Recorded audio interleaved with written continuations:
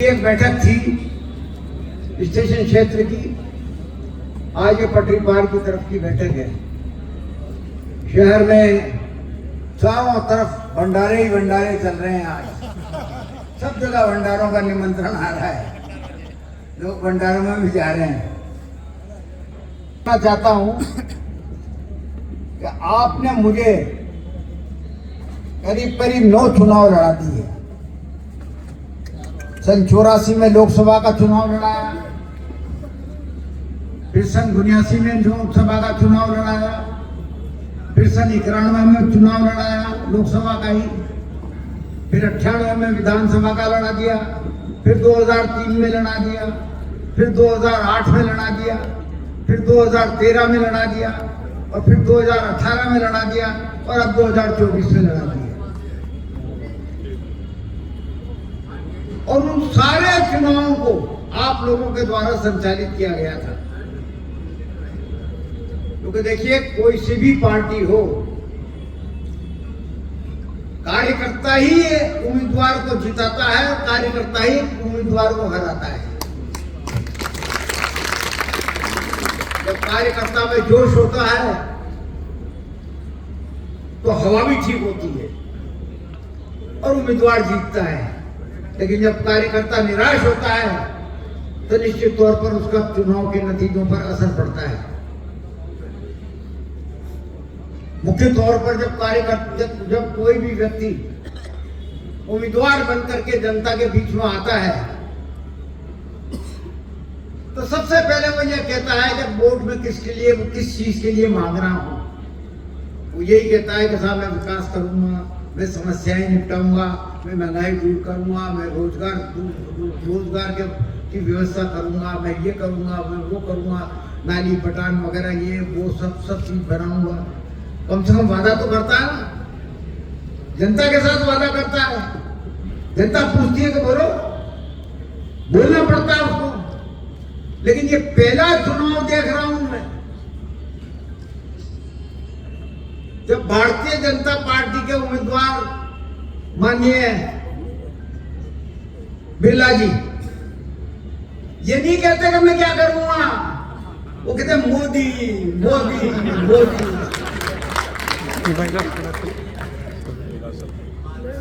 तो भाई काम पड़ेगा तो क्या मोदी के पास जाएंगे क्या?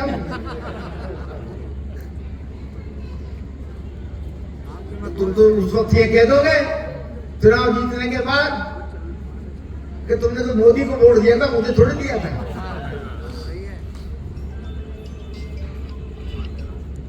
उम्मीदवार को कम से कम ये तो कहना पड़ेगा ना, आप पार्षद का चुनाव लड़ते हो तो पार्षद का चुनाव में आप हर घर में जाकर के वादा करते हो कि साहब नाली को ठीक रखूंगा, सड़क ठीक रखूंगा, पानी की व्यवस्था करूंगा, बिजली की व्यवस्था करूंगा।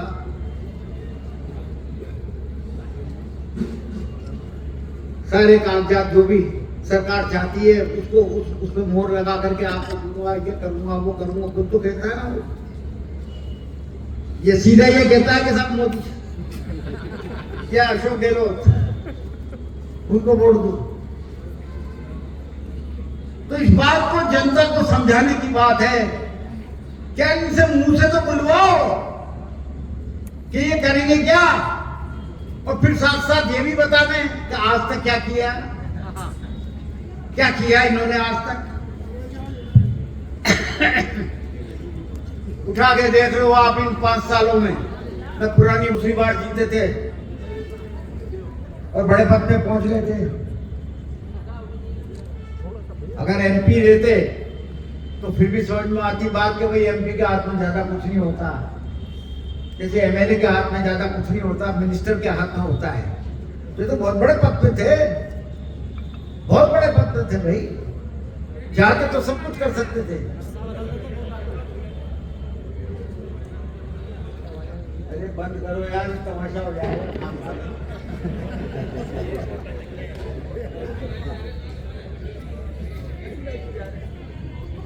लेकिन इन्होंने कुछ नहीं किया। आज एक समाचार पत्र में कई फोटो छपे हैं,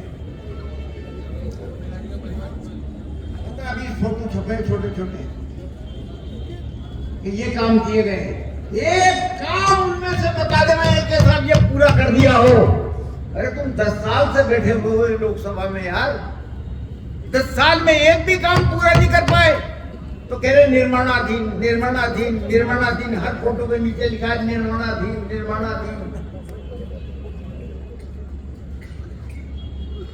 ये मत करो, कम से कम ये व्यवहार मत करो, काम करो। वोट काम का है, हरामखोरी का नहीं है।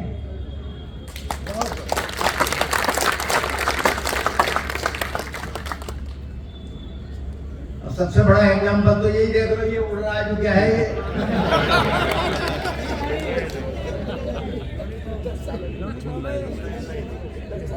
2-2.5 साल पहले हम इनको जमीन दे चुके, 2-2.5 साल पहले।